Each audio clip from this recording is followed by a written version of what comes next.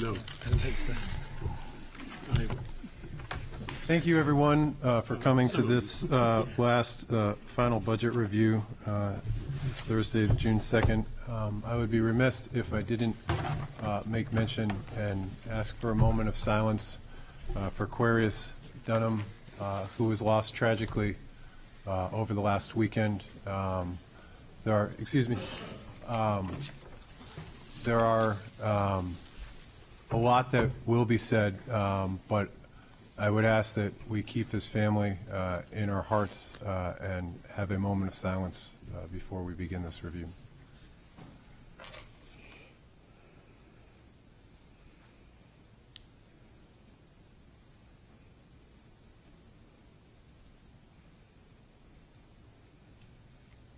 Thank you. I'm going to pass it over to the city manager and Judy Belanger to walk through a presentation. Oh, I'd like a motion to come out of non-public. okay, yeah, a motion. Second. All in favor? Aye. Oh, I'd like to offer a friendly amendment to seal the minute. Second. all in favor? Aye. Thank you, Mayor. Thank you, councilors.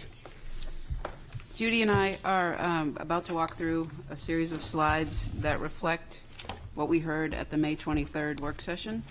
We understood the desire for some further reductions, and in fact, we stayed around that night for about an hour and a half, starting the conversation internally, and we've developed it since then. So what we'd like to walk you through and the public through is what we've arrived at that we hope meets the spirit and intent of where we heard where you were coming from on May 23rd. So Judy's going to start us off with a conversation about the health insurance and the stabilization fund. Yeah, good evening, Mayor and members of the City Council. I'd like to take this opportunity just to start with the health insurance stabilization policy. I know we've talked about it before, but I wanted to focus a little bit more closely on here as we're going to make a recommendation of a reduction in this area. This slide here was presented to you on May 9th at the public hearing and is also present in the proposed document on page 16. The city is self-insured, and its plans are managed by Health Trust for all police, fire, and general government employees, and school care for all the school department employees. And the rates are based on a combination of the city's own experience, as well as claims pooled with all the members throughout the state who are also belong to Health Trust or the school care. And when they determine a rate or a claim increase or decrease for the year, it is really based on the claims and the pooled claims. And as you can see, for Health Trust in fiscal year 22, the rates actually decreased by 3.5%. And that was really specifically related to COVID and the restrictions upon COVID. So now that those restrictions have been lifted, more claims have been coming through, and the rates have increased at 5.4% for Health Trust. This is the same theory that holds true for school care. So as you can see from this chart, health insurance is really very unpredictable from year to year. It's difficult to manage and budget for. And also throughout the year, a number of employees can change positions positions that were budgeted for not filled, and also health plans can change due to life-changing situations for an employee. So it's really hard to manage, and because of this, this health stabilization reserve policy was implemented in fiscal year 02. And the premise of this plan is that we would take the 10-year rolling average of the change of the premium increase or decrease, and would ask the departments to budget accordingly with the 10-year rolling average. This appropriation at the beginning of the fiscal year would be transferred into a holding fund where all of the premiums are paid for. And the idea is that if there's a surplus at the end of the year due to situations, then that would close to the reserve, in fund balance, and if there's a deficit at the end of the year, it would be funded for out of that reserve. So the table on the bottom, which was presented in the budget document, identifies here fiscal year '22. We budgeted a little over $13 million for the premiums. And when we placed the budget for fiscal year '22, we knew at that time that we would be utilizing reserve, basically underfunding throughout the departments. So we are experiencing and expecting to end the year, however, with a surplus for municipal, fire, and police, but a deficit for the school department over $700,000. So the net deficit for the year would be about $450,000. As you can see from this table, as we prepared fiscal year '23 proposed budget, where we did the 10-year rolling average, $13.5 million, we anticipated the estimated cost to be $14.5 or thereabouts, utilizing another $932,000 that we anticipate from reserve at the end of fiscal year '23. The next slide kind of shows a history in how the stabilization fund works. So I broke it down: general government, police, fire, and school. The blue bars represent the appropriation for each year, and the orange line represents the actual expenditure. So I know it's hard to see on the screen, a little easier to see on paper, but you can see that, you know, there are particular years where there was a surplus because we also track it by the individual groups, and that there was a surplus in certain years, and this is anticipated. And then there are particular years that it's underfunded. And you can see at the school department for several years that the health insurance has been underfunded. So that is why that, although for fiscal year '23 the increase is 3.9% for school care, we're still using the 10-year rolling average, and that is 5.4 for the school department. So the next slide actually consolidates the general government, police, fire, and the school department as a whole, so you can see how the whole fund is working and how again, combining all of them, that there are particular years where we had a surplus that we could close to fund balance, and then we've had deficits within those years. The table on the bottom, we did some adjustments. The city manager will go through some areas where we are recommending delaying of some of the positions that we added into the fiscal year. So I also adjusted accordingly with what we anticipate that the cost will be for health insurance. That is the second to last column on the right, is the estimated city cost with the word adjustment in there.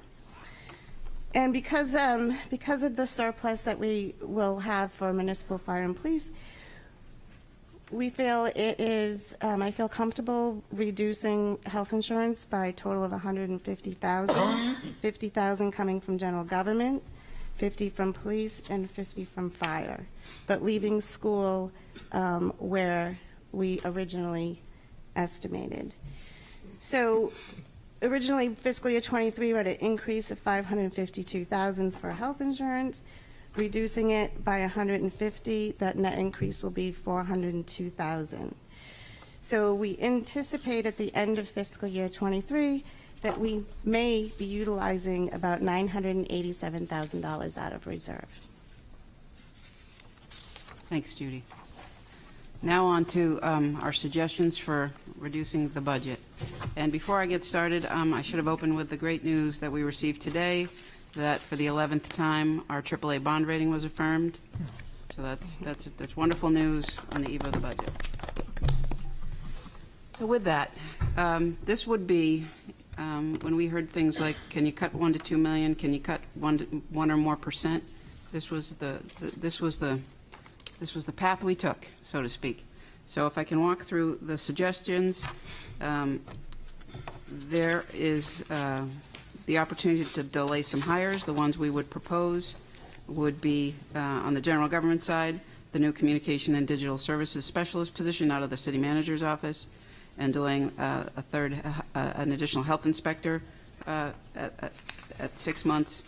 Here's the $50,000 that Judy just mentioned from Public Works. We have a demand management study or an energy audit that's not critical at this time, and that savings could be achieved as well. So under general government, we would propose the potential reduction of $201,080.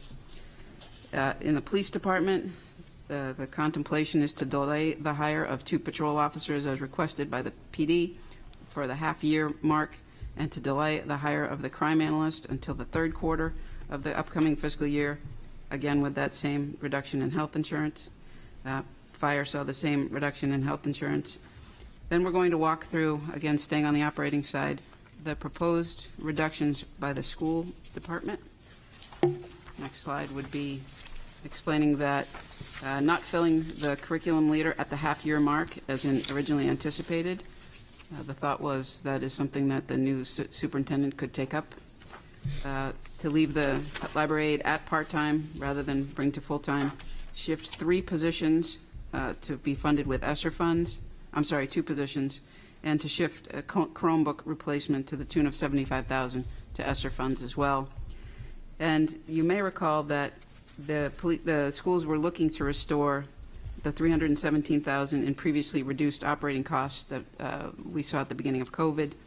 And what they would be able to do is reduce how much they would restore by $120,000. So it becomes an FTE reduction on the school side of almost 3 positions and a total operating reduction by the schools of about $400,000. Now on to non-operating. The two recommendations out of capital outlay that we would make at this time would be to delay or to place back in FY24 the traffic calming project at South Street and Middle Road.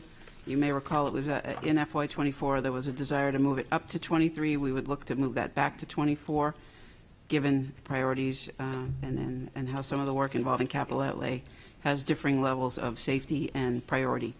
The other capital outlay item we would recommend reducing is the $25,000 appropriation for McIntyre. There's been that amount in previous years for the CIP capital outlay, and we currently have in that account $34,900 and change. So out of capital outlay would be a reduction of $325,000. In terms of IT equipment replacement, as part of reprogramming and understanding the way we would hope to restructure the IT department, the fire department can put off or not need at all, depending on the opinion of the new IT CIO, the software that was initially budgeted at $32,500. And under the other non-operating, in an attempt to continue to be frugal and to understand what's a priority and what may be less so, we had originally asked for $200,000 to support the 400th anniversary. We would reduce that amount to $150,000 or a reduction of $50,000. And then we're here in this spot, we're memorializing or acknowledging the over budgeting of county tax obligation. So we have strong indications from the county that this is a good and conservative number. We will know officially right around the time of tax rate setting, but we feel comfortable including that $200,000 figure at this time. So between operating and non-operating, this adds up to $1.433965, and this is really the slide that best paints the picture. Initially, as proposed, the budget came out with a tax rate increase proposal of 68 cents. Given these proposed reductions and given the honoring of the increase in investment interest to the tune of $520,000 and the recognition of the one-time state retirement reimbursement estimated at $650,000, and we are fairly confident the governor will sign that, so we're placing it here. We now show a revised property tax rate increase of 27 cents or 1.78% over this past year. The current tax rate for the city is $15.03. If all of these proposed reductions were to take place, the estimated tax rate would move to $15.30. And you can see on the bottom, the blue bar shows for the average household with an average median home price and average water and sewer users, it would mean an annual increase of $189.80 or $15.82 per month. So this is our last slide, and this slide tells the story that, again, if these proposed reductions were something that the council wanted to contemplate, the total budget, which started at $126,425.33, which was proposed initially at $133 million, would now come in at $131,774,811, a gross increase of 4.3%, but a tax levy increase of 3.02%. To put that in perspective, the tax levy increase from 21 to the current year is 4.6%. So with that, we are happy to pause and answer questions or whatever is the pleasure of the council. Thank you, City Manager. See, Councilor Bagley has a question. Yeah, the 2 FTEs in the school that we would be funding with ESSER funds, is that a 1-year thing, a 2-year thing, a 3-year thing? Or is that, or could that be more than 1 year that we'd have ESSER funds, or would that go right to the budget next year? If it's okay with the council, I'd ask Nathan Lunny, the school business administrator, to come up and tackle that one.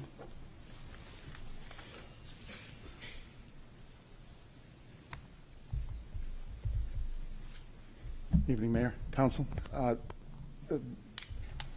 Hard for me to speak to what the future boards will do with future budgets, but we have funding that continues through September of 2023 with ESSER 2 and through September of 2024 with ESSER 3. So conceivably, ESSER funds could support in whole or in part those positions as the board already anticipates them doing with a social worker position, a math interventionist, and a outdoor education teacher for at least the next 2 fiscal cycles. Okay, thank you.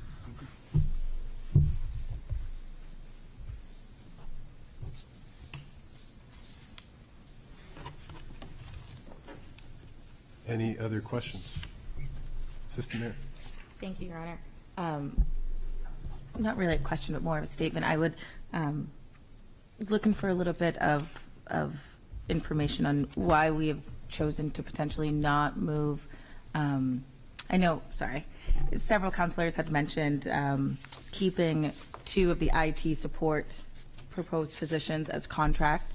So I was looking for a little bit of information of why that was not chosen. I see Suzanne Sure. is about to join us. Deputy City That's who I Manager will thought. join. She is ready to go. Suzanne Woodland, Deputy City Manager.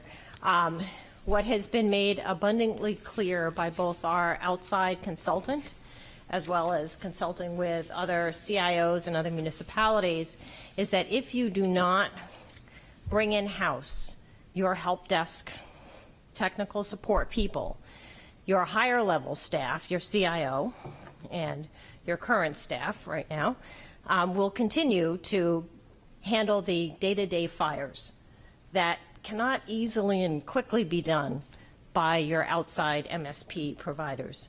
It just doesn't happen. We've seen that now for 9 months.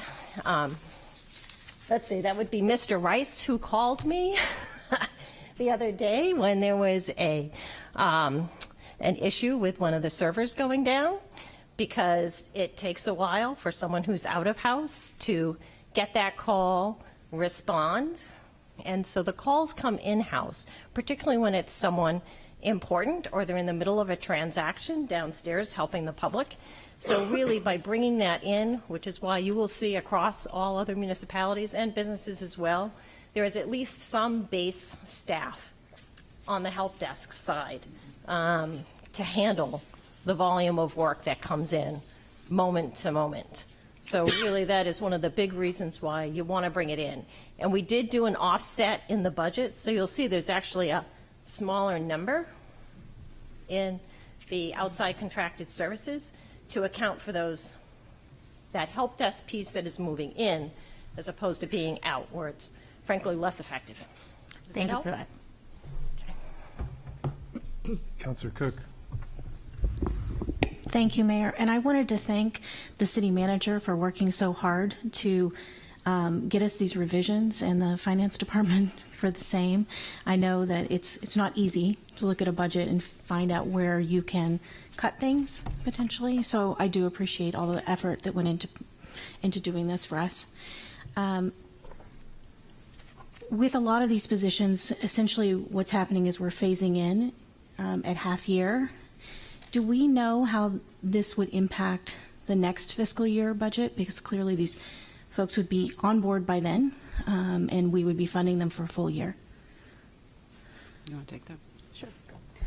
That is always a consideration when you delay a hiring, because you're funding it at half the rate in this year, knowing that the following year you're basically compounding that effort. So that is a consideration. We have done it in the past, and it seems because there's so many things that when we start putting together the following year budget, there are so many other factors that can offset that as well. But it definitely is a consideration. Councilor Tabor. Thanks, Your Honor. Thank you, City Manager, for this good work. We had talked at the initial work session, several of us had talked in the range of a 1% to 2% reduction, and Councilor Lombardi talked about a 0.75% to 1.5%. So let's say that we wanted to get to a 1.5% reduction, which is $2 million. You know, the initial work on this was going to be a $1.2 million reduction. What you've given us tonight is higher than that. It's 1.47. But what would it look like if we wanted to go to 2 million, and what would the impact on services be? I think the short answer is there would be an impact on services and our existing personnel. And we felt that the 1.4 that we put forth stops just short of impacting services and existing personnel. Okay. Councilor Denton and Councilor Blaylock. Thank you, Your Honor. Thank you for coming up with a strategy which includes delaying hiring. That's something which prior councils I have been on have done.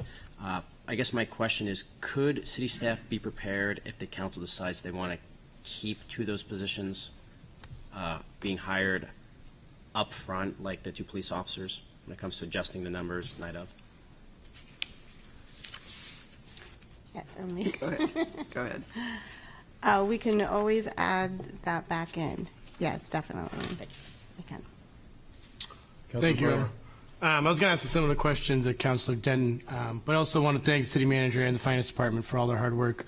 I know the original budget provided was the advised budget, so to go back and have to relook at it, I really appreciate that hard work and that really looking at it with a fine comb and the detail, and I hope the taxpayers do as well.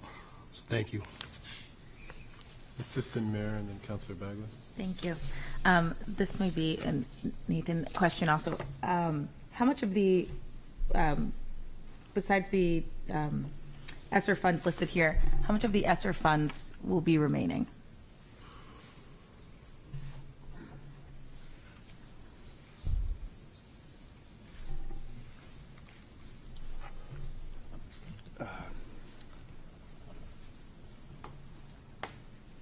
You don't have that number tattooed somewhere? A ballpark will do. Yeah. So right now, much of the decision making about how to spend the bulk of what is essentially $4 million, just shy of $4 million that remains, is, I think, right now from the school board's perspective, something that's waiting for the arrival of our new superintendent to sit and contemplate priorities. There is a plan that we've talked about multiple times, but right now, I want to say the other night at the school board meeting, I presented a timeline to give some sense of those items that are near term. They've made a decision to move forward with the positions that I just described. These two positions will be added. But there are two-thirds of that dollar amount, two-thirds of that $4 million is wrapped up right now in a contemplated investment in capital projects. And so that still remains. And so if the decision was to do something different, there's easily $2+ million that is planned, but certainly not committed in any respect. Yes. Does that answer it? Okay. That does. Thank you. Thank you. Nathan, you might not want to go too far.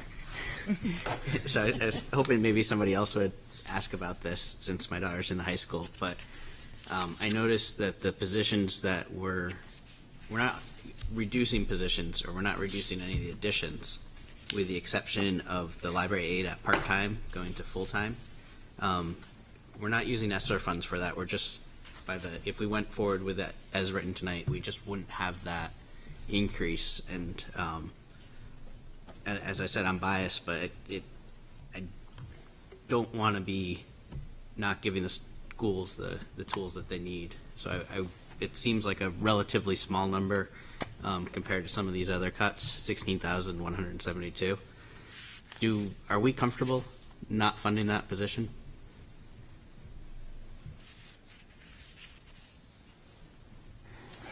I guess I would say I'm not comfortable not funding that position. Thank is you, my Counselor. position. I hesitate to speak too boldly for the superintendent and for the board. I would tell you the superintendent sends his regrets this evening. He's working with the Italian government at the consulate in Boston as he continues to urge them to support the elementary language program that has begun this year and that they have engaged us with funding to support. So he's there this evening. The school board considered these at their last meeting, these reductions that were proposed tonight. We quickly put those in front of them and they walked through it. I would tell you that the school board, with regard to the counselor position and the math tutor position, multiple school board members around the table echoed that they wanted to make sure it was clear that these are permanent positions that they really expect that they need and will continue to need. They're not necessarily responsive only to the pandemic. And so moving them to ESSER would be a short-term thing, and they would expect that at some point in the future, when ESSER funding is no longer available, they'd be seeking to move them back into the budget. But with regard to the two positions, the mid-year hire of a curriculum leader and the increase from part-time to full-time of the library aide, there was no outcry around the table about making those reductions. If I were fair to the process, I would tell you that both of them were ultimately added to the budget late in the process based upon some express needs. I know that the school board felt that they needed them. Certainly the aide position, if it were a real priority when the time comes, they could probably make different choices and move some FTEs around. Honestly, we haven't been able to satisfy the requirement or the need for paraprofessionals in all of this school year. We've had multiple vacancies, so that's a position that might have been difficult to fill ultimately anyway. Right now, that's an individual who is shared between the middle school and the high school, and they were looking to take part of that and make it full-time, and that would have orphaned the other part. So I think around the table there was a comfort level with not doing that this year and maybe considering doing that in the future. And the curriculum position, I think, will come up again, but they're trying to be creative and find other ways and waiting for the guidance of a new superintendent to help with that. Great, thank you. Thank you.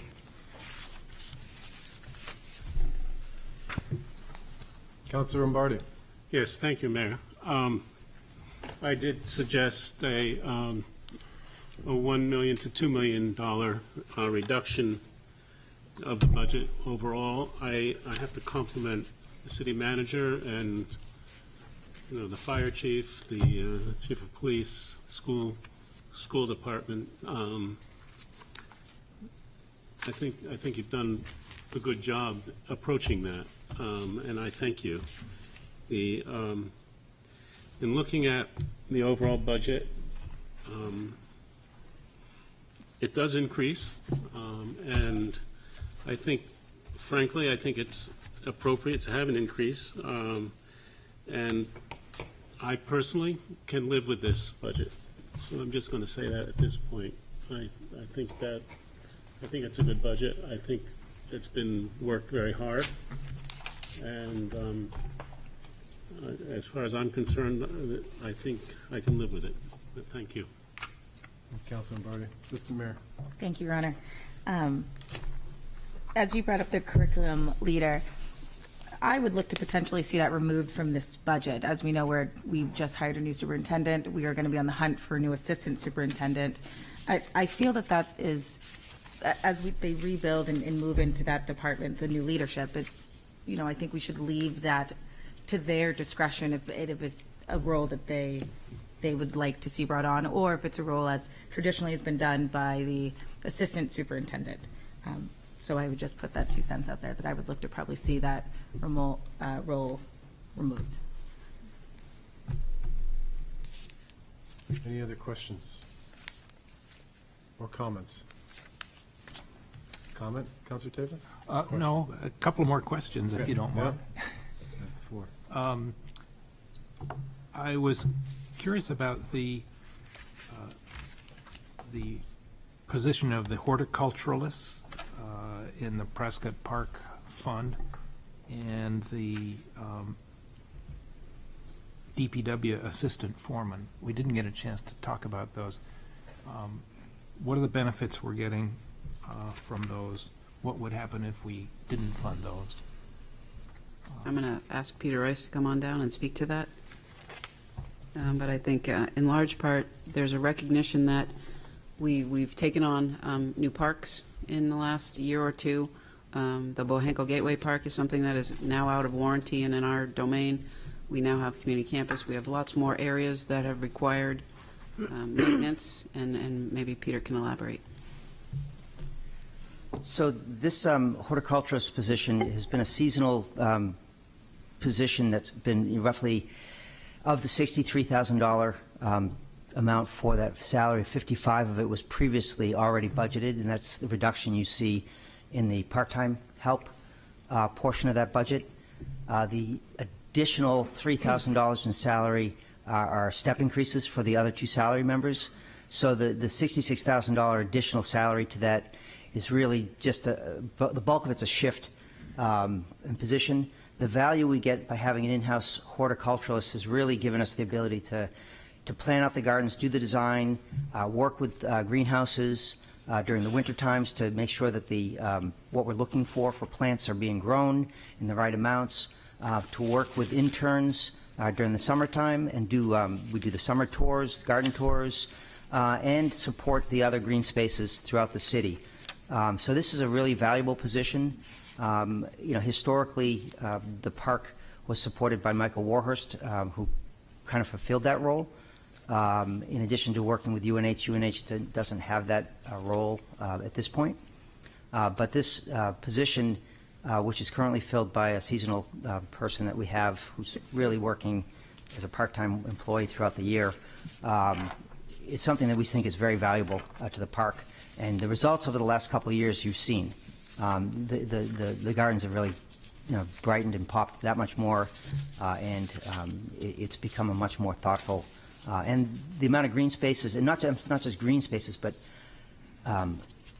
maintained gardens throughout the city have gone, we traditionally mowed lawns and, pulled out weeds.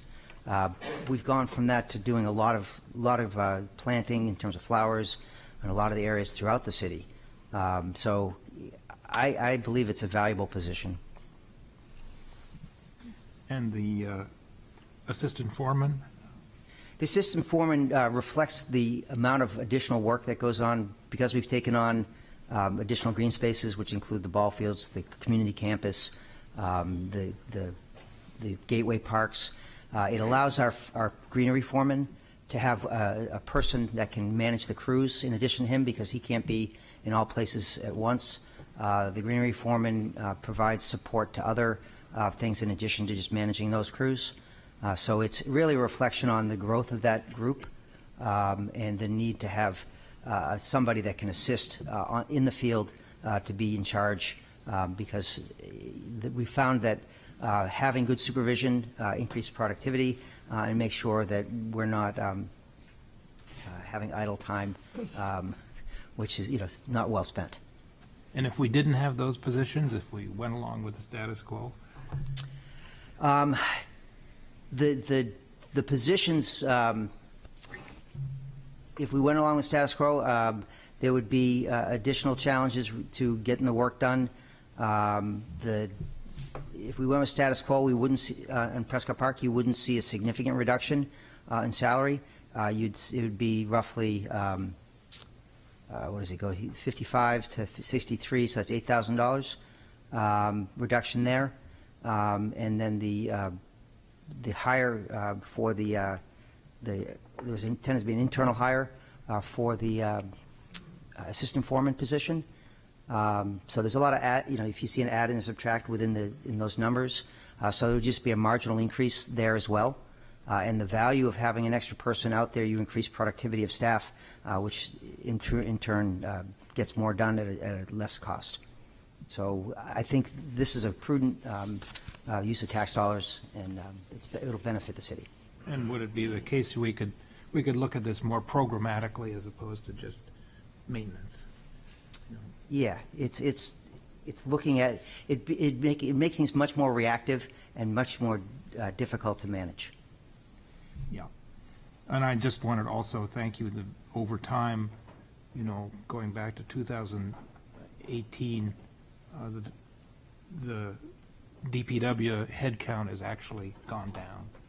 So this is really the first add back in several years. Yeah. 4 or 5 years. And if you look at our average increase over the last 5 years, it's been, significantly less than all other departments. Thank you. Thank you, Peter. Councilor Bagley. Yeah, thank you, Your Honor. That kind of brings up just a question for the public that maybe was watching the PTS meeting this morning. We're 2 months ahead of schedule on revenue there. Is that affect this budget in any way, or is those monies going away to kind of prepare for the space loss at the High Hanover Garage? The parking special revenue fund will still contribute the 2.4 to the general fund, and then the rest will close to the parking special revenue fund. But you'll recall that because of the loss of spaces for the next 3 years, it is anticipated that we will draw from that special revenue fund reserve to be attributed to the loss in spaces. So it's a good thing that we're adding to the reserve, because we're going to deplete it, and this just protects and preserves that loss, if you will. That's what I thought. Thank you. Councilor Cook. Thank you. I actually have a question about the the health insurance appropriations and that reserve fund as well. Health insurance costs just seem to always go up.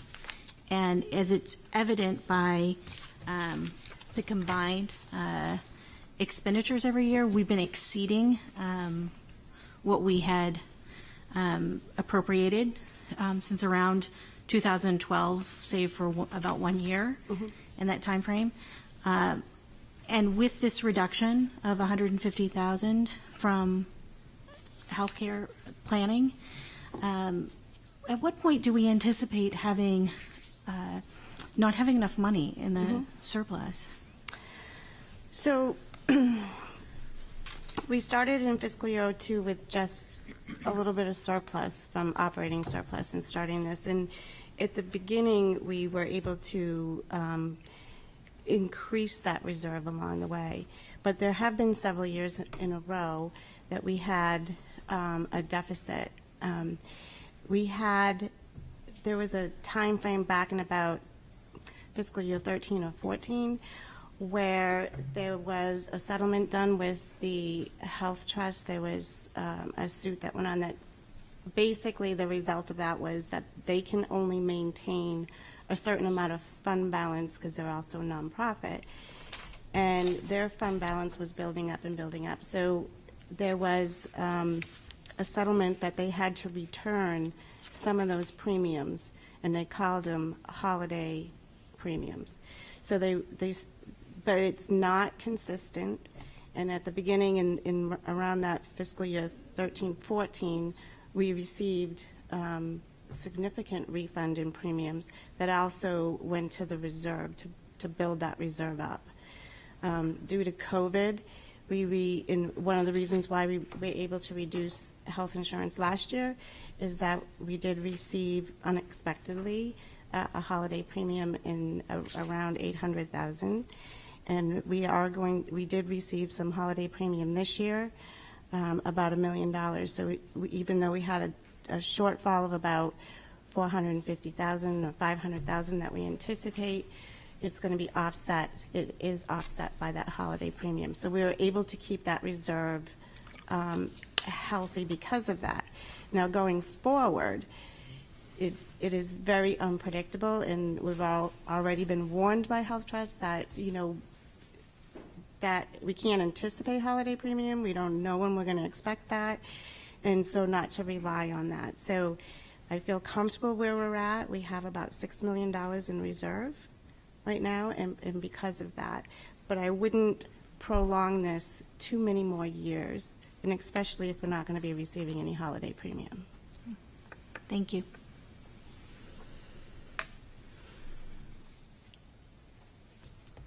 If there are no more questions, I will open it up to public. Oh, One more, if I could. Just looking ahead to FY '24, the last two budgets,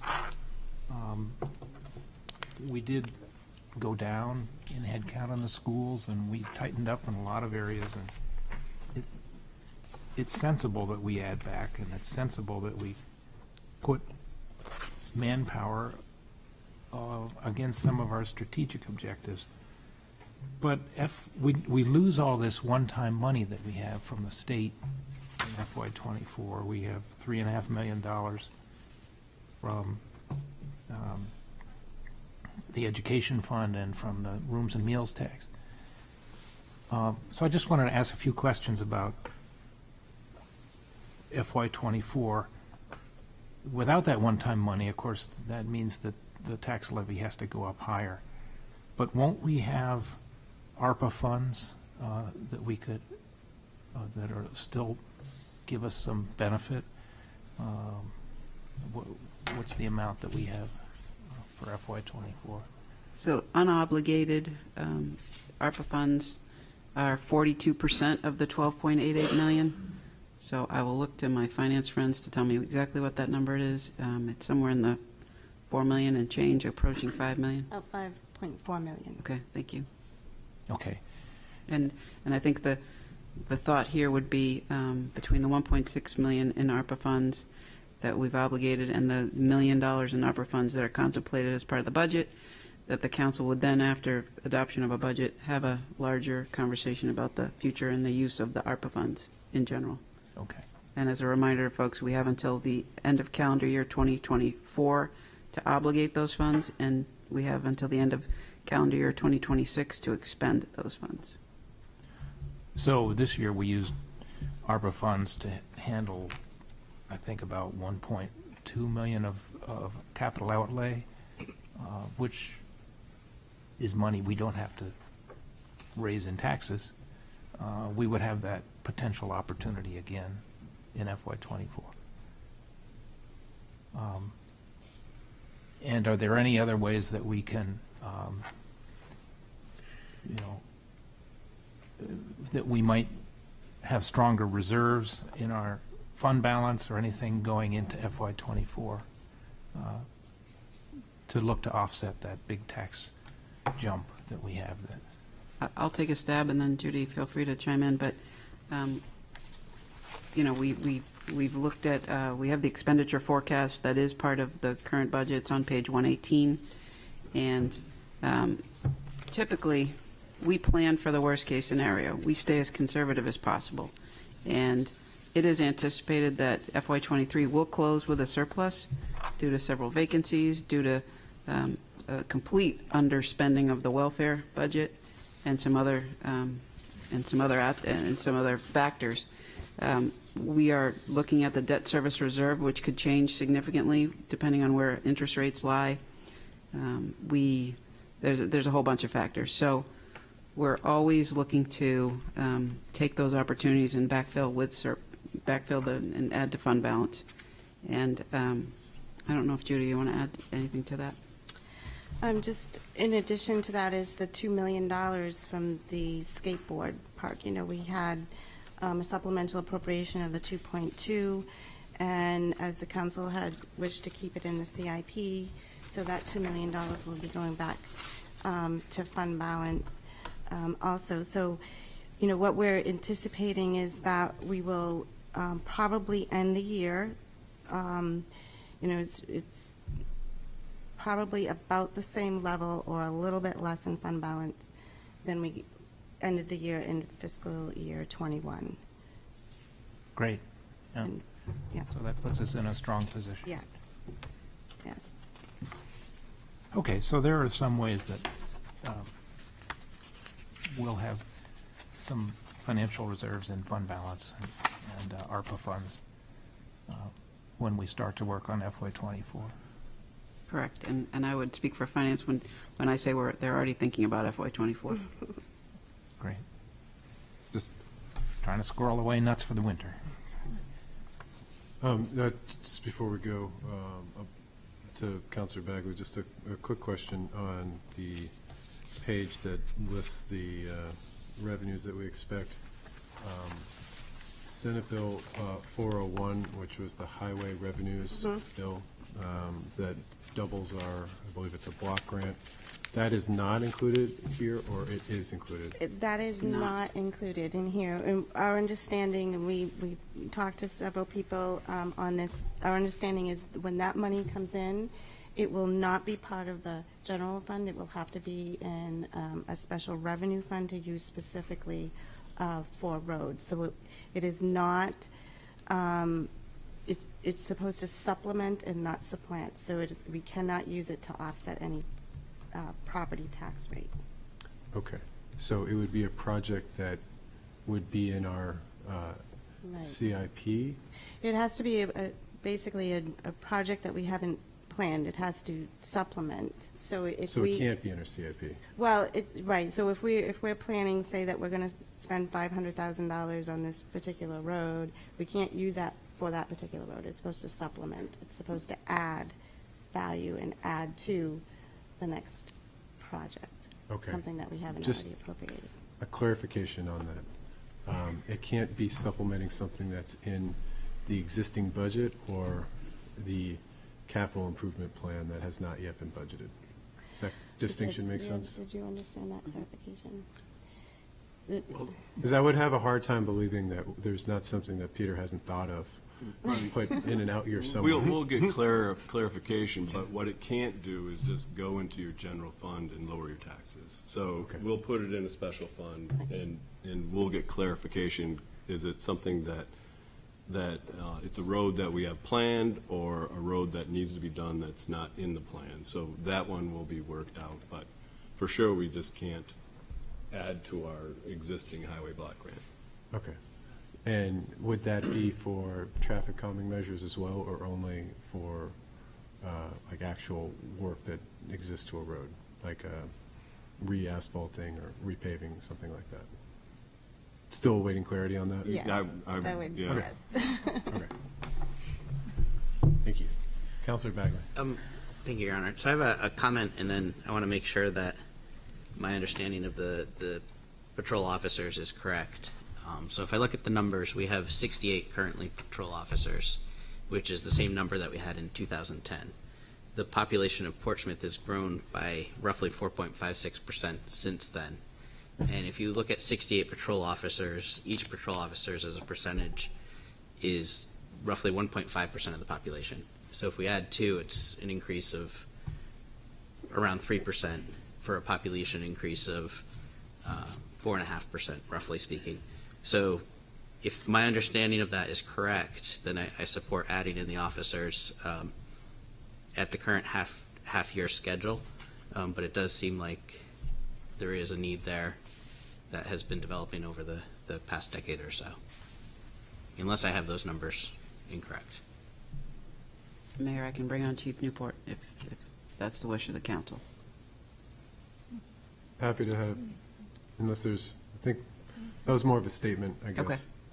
Yeah, I just want to make sure it's not an incorrect statement, I guess. Chief, if you can hear the question. You got a math question, Chief. Can you kind of read that back to me so I could, I get bits and pieces of it, but I'm not really clear what exactly he's asking. So for the patrol department, it sounds like we have 68 officers currently in that part of the police department. That's correct. And in 2010 or thereabouts, we roughly had 68 patrol officers as well. Yeah, 2008, I think we had 69. Okay, and so I guess the point I was making, and I won't ask you to verify the population data, but when I look at the census data, the population from 2010 to 2022 has increased 4.56%, and each patrol officer represents about 1.5% of population. So to me, you know, 2 or 3 officers even would be putting us at the same policing levels that we had 10 years ago. So thank you for that clarification. Okay. I have a follow-up question. Chief, while we have you, so the sworn force consists of the command staff, the detective division, and the patrol division. I'd be curious, you know, we were talking about restoring back to where we were in 2004. Back then, maybe Karen knows this, how many patrol did we have and how many detective, and what's the situation now? How many patrol have we got and how many detective? Back when we had 68 or 69 officers, I think our detective number has been pretty consistent. Or I say detectives, that includes all our special details positions, which is like a training officer, some community policing officer. I think is around 12. So those additional bodies have been in patrol. We also had a different rank of officer structure, so that fluctuated where some of those positions were. And without actually looking back at the structure we actually had in 2010, I couldn't give you a definitive number where they're at. But I can tell you that if we get those 2 additional spots this year, they would be they would be in patrol. Right. I guess what I was trying to get at was, have we reduced the feet on the street in the patrol division while keeping around 68? No, any additional positions that we've gotten were reduced from other positions. They were not taken out of patrol. We have not eliminated any patrol positions other than when we were drastically reduced. We lost like 10 positions through attrition, but we've always filled the patrol positions first before we look to fill other positions. Okay, thanks. Councillor Cook? Thank you, Mayor. I just wanted to offer a point of clarification because whenever the skate park comes up here in budget discussions, inevitably I get several emails from the audience that's watching us on TV questioning whether or not we're funding it and that they heard we're not funding it. And I just wanted to offer the point of clarification before we receive those comments that currently it's in the budget in 2 places. It's double funded. It's funded in the current fiscal year's budget that was funded by the council last fall, and then we also put it in the CIP so that we would have flexibility to choose which way to fund it. So it's there twice. So when our finance director says that we're going to be receiving $2 million back, that's because it's funded twice, not because we're not funding it. Thank you, Councillor Cook. I appreciate that comment. Any other questions, comments? No, I will open up public comment. Again, please state your name, whether or not you're a resident, and if you have something to say, please do so. I'll check in on Zoom. Nobody on Zoom? Nope.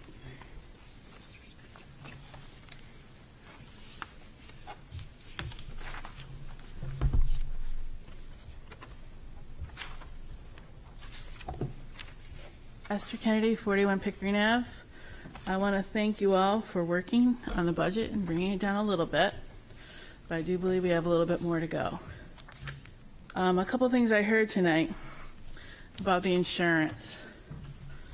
One of the nice things that our insurance companies are doing for us that they didn't used to do in the past is give us a solidified rate. And we've been very fortunate, and they've gotten their act together. They have new people kind of organizing and running it. And they're able to give it to us. They usually give us a rate around October of a projection. And then in early December, late November, a rate that they said they will not go above. And that currently happens with your insurance companies. So by then, you know your rates. You haven't built your budget yet. So having pots of money sitting around, I don't know if any of you have asked this yet, but at one point I asked, when I was a counselor, how much money was sitting in reserves out there from bond premiums, from in a bunch of different places. And when I asked, it was around $124 million. So I don't know what it is now. I would encourage you to ask it if you're worried about what we have in place. I am appreciating the fact that you are looking at ESSER funds for the school. Like I asked last time, I appreciate the school looking at those. It's a good form of looking at seeing what we need. I want to thank us to look at management in the schools. As I said last time, I always like to give our energies to the children. And when they added the assistant superintendent position, it was to cover special ed and curriculum at the time. They now have a student service director that takes care of the special ed 504s and Title I. So again, my question, now that we're hiring a assistant superintendent, I would assume that person would have some overseeing of the curriculum. And that usually typically is something that happens. When you have an assistant superintendent with the size of a school we have, it's either they oversee a business, so you don't have a business administrator, or they oversee student service, so you don't have a student service, or they oversee curriculum. So I'm assuming the person that will be hired will have those expertise, I would hope. And, you know, I still think, though, we have a ways to go. Like many Portsmouth citizens, I paid my taxes yesterday, put them in the box, and I have a niece who is deployed currently in the service. I actually ran into Roseanne in Market Basket preparing her monthly box at a high cost because food has gone up. I want her to be able to afford to live here and be part of this community. When Councilor Denton brought up that we have veterans come from all over and have free launch service, and part of me wanted, as coming from a military family, wanted me to say, yeah, that's great. But as we look at revenues, folks, you all ran on the fact that you were going to make it affordable. And yet, you have a high budget. You ran on that fact. And I want my niece to be able to afford to live here and pay the taxes that I had to pay yesterday. But I worry about that, like many citizens in our community. And even though I want to support the veterans, I also want to make sure the veterans that are in our service right now can live in this community when they come home. You need to look at those revenues. You need to understand where your funding is. You got to look at the positions. Why do we need the positions? What is going on in our parks? You know, we heard tonight that it used to be we weeded and lawn mowed, and now we're asked to do more. My question is there other ways of doing that? You know, I heard tonight that Bohenkos Park had obviously people taking care of it for a while. There was a contracted service. Is there ways to look at those services? Do we need to hire that staff that we know will become part of our system, that we will pay benefits? We talk about the money, and I've talked about the money before, and I said the one thing nice about Portsmouth is there's great benefits. And that is great for staff. I am someone that appreciates the benefits I get as a public school administrator because my community believes in giving me great benefits that I work in. So I get all that. But when we add staff, we have to think of all the other increases. So I really think that you have to get a handle on what your revenues are. You have to get a handle. I mean, we heard tonight that we're worried about parking. Well, why are we worried about parking and how long that will go into our history of Portsmouth? Is it because we're using spots for other things?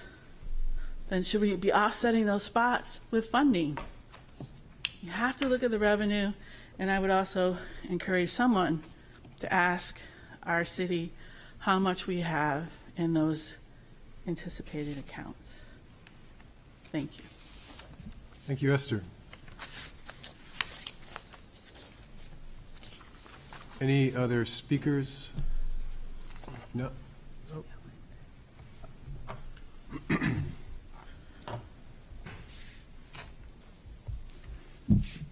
Good evening. Petra Huda, 280 South Street. I'm here to ask more of the questions that I didn't get answers to in all of our work sessions. And the first one I'd like to ask that I didn't get an answer to, that you probably discussed tonight, was on the McIntyre. And my question was, in your contract with Mr. Kane, you were scheduled to make a $500,000 payment on May 15th. Was that payment made? Next question was, did Mr. Kane drop his lawsuit? Now, from what I read in the newspaper today, we had a meeting today, the City Council, and it was to discuss how you were going to move forward with did you actually get your extension from the GSA? As a member of the public, I have no idea of the answers of any of these questions. But as a member of public, I am also looking at where we are in the year. In 28 days, this fiscal year is over. And the $900,000 that you appropriated last month for McIntyre, for the first payment to Mr. Kane, and for design and design services will be void. So my question as it relates to the budget is, when you have made an appropriation, and for everybody, the definition of an appropriation, to be clear, is an authorization granted by a legislative body to make expenditures and incur obligations for specific purposes, of which McIntyre was one. Appropriations are usually limited in amount, which it was, and it was for a specific time to be expended. Now, since I don't know where we are in the process, my question to you is, are you going to put this $900,000 and appropriate it into the next budget? Because from a taxpayer's perspective, it really looks like you're not going to spend it this year. So that was my first question. And I guess I have to wait till the public hearing or somebody to pick this up and answer my questions, because I guess you can't even shake your heads. I'm looking at, sorry, Mayor. All I want is a yes or a shake. I mean. We have a meeting on Monday, City Council meeting on Monday night. And maybe we could get some answers. The answers that were put out by city staff to the meetings that were held on Thursday that three of us attended did not really suffice as answers and discussion that I witnessed. So I was hoping that that would be answered maybe tonight, but I guess it's not. So the next couple things that I would like to remind you that I'm still looking for answers with. I got one tonight on the health insurance refund, and I was so excited. So basically, that stabilization fund that we're talking about, that Councilor Cook asked about, holds $6 million. And we received $1 million of a refund this year, which went into that. So if you follow the funds that are not being used here, that's how we get our AAA rating, because we have funds sitting in cash, and we look fantastic. The other side of that is you're asking the taxpayers to fund all this.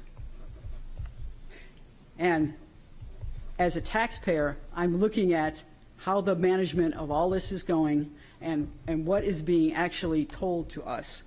So since it took me 3 or 4 times to actually get an answer, which I'm still ecstatic about, I will remind you of some of the other questions that I had asked and some that I brought up in the sessions.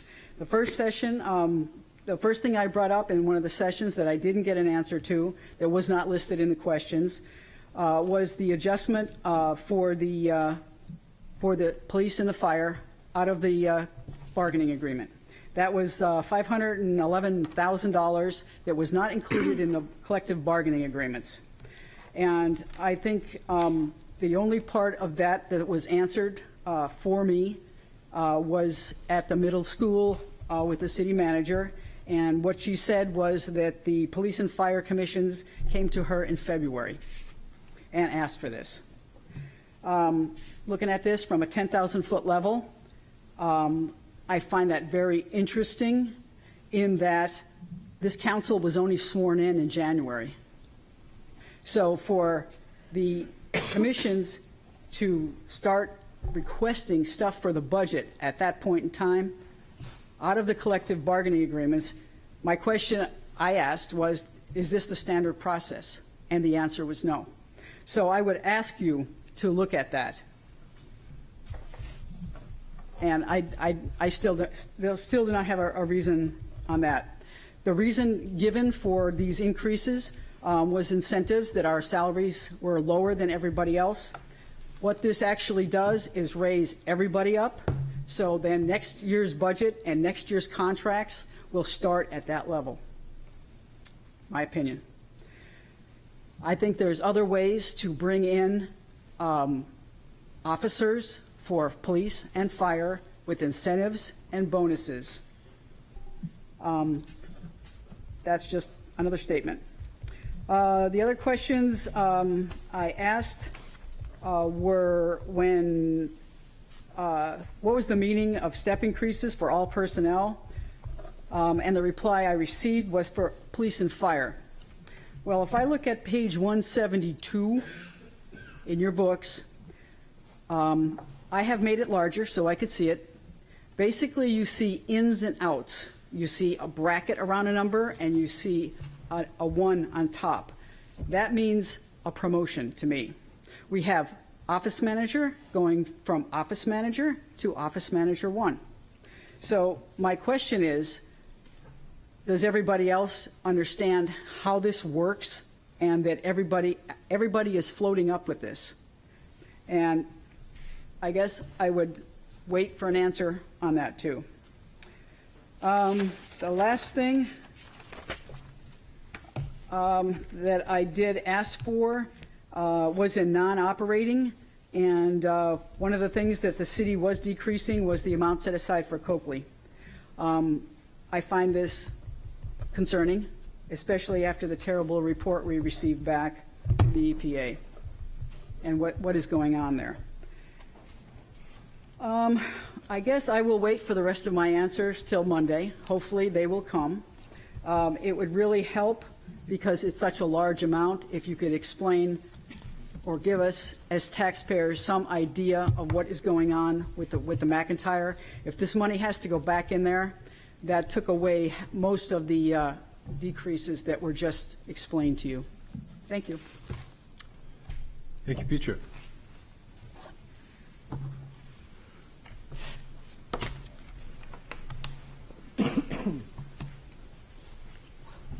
Good evening, Mayor, City Manager. My name is Peter Whale, and I live at 100 Gate Street here in Portsmouth.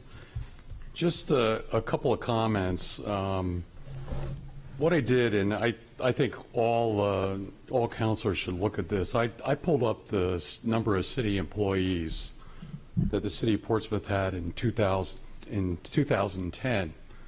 There was a total of 775 employees. These are full-time, this is not part-time. With the 27 positions added, and I understand that may change here, the city is now at 901 positions. That's a pretty substantial increase in numbers of full-time employees. And as you know, headcount is what drives expenses, and it really drives the budget. So I would encourage you to look at each one of those positions and look at those departments and see how they've grown over the years. And, you know, that's a good starting point to see what's going on. The other thing I challenge you with is I haven't heard from any residents that we're lacking services here in Portsmouth, that our garbage isn't being picked up, that the roads aren't being plowed properly. I mean, this town and the employees here provide excellent services. So why are we adding 27 employees? What's going on there? What's driving that as we move forward? The other part of this is, you know, the state of the economy. Jamie Dimon yesterday came out and said we've got a tsunami coming. And, you know, this town just came through COVID, and we didn't lay off any employees. All city employees were fully employed. You know, we did a fantastic job. And you have an economy that is not in great shape moving forward here next year, and we're adding employees. So you don't want to get yourselves into a position where you've got to start cutting. I guess I want to talk about kind of the 10,000-pound gorilla in the room. The city manager has proposed a 4% raise for all police and fire at this town. And that's out of contract. I've negotiated a lot of labor contracts. That's something, if you're going to do, as a council, you should insist that you reopen those police and fire contracts and renegotiate that contract. You just don't give people 4% raises. I understand the public safety is number one in this town. I appreciate what Todd Germain does and the chief of police do in this town and the employees we have. But what you've got to think about is over the years, that 4% raise out of the standard union contract is going to get compounded year after year after year, and then you have retirements after that. So this is all out of turn and should not be happening. Just shouldn't happen. There's other more creative ways. If we have a hard time hiring a fireman or a policeman, we certainly could offer sign-on bonuses, $5,000. Instead of the 4% base pay raise, you could offer a bonus program. There's other more creative ways to do it. You should have your labor negotiator. This is out of the contract, this 4% raise. It's outside collective bargaining, and that's collective bargaining 101 is you always want to open up a contract and get something for it. And I've never heard of this before. So that's 130 employees between police and fire. So if you compound that over the next 10 or 15 years, that's a huge expense to the taxpayers of Portsmouth moving forward. I would just look at, the budgets, and, you have add-ons from the skate park and everything else. So the past 3 years, the budgets were $119 million, $123 million, and this one is proposed at $133 million. And I understand tonight we cut it back to 131. That's one of the largest increases in Portsmouth history, the budget. The other thing I just want to remind everybody is you have a tsunami coming with this reassessment. So everyone's homes here in Portsmouth have gone up 30 and 40%. I understand the tax rate's going to drop, but you can't make up that difference. It's going to be a tsunami. People's tax bills are going to be huge. I just paid my tax bill yesterday. I'm thinking I may pay another $2,000 or $3,000 a year.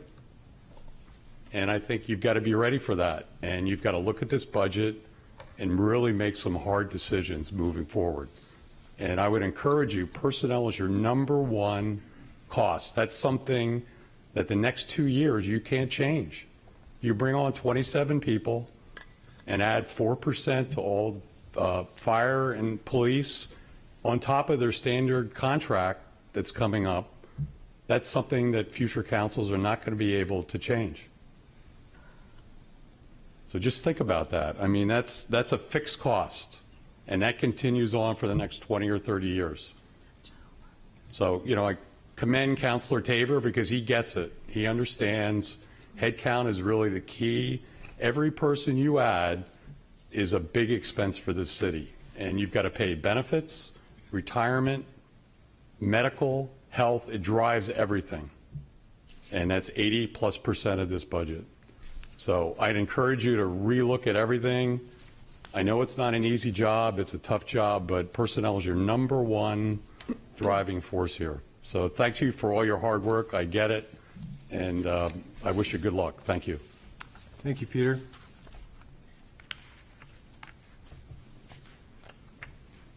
Nobody approaching the mic. I will move to adjourn the meeting. I thank everyone for coming out. Remember, we have a meeting on Monday night, and there's a Celtics game tonight at 9. So go Celtics. Thanks, guys.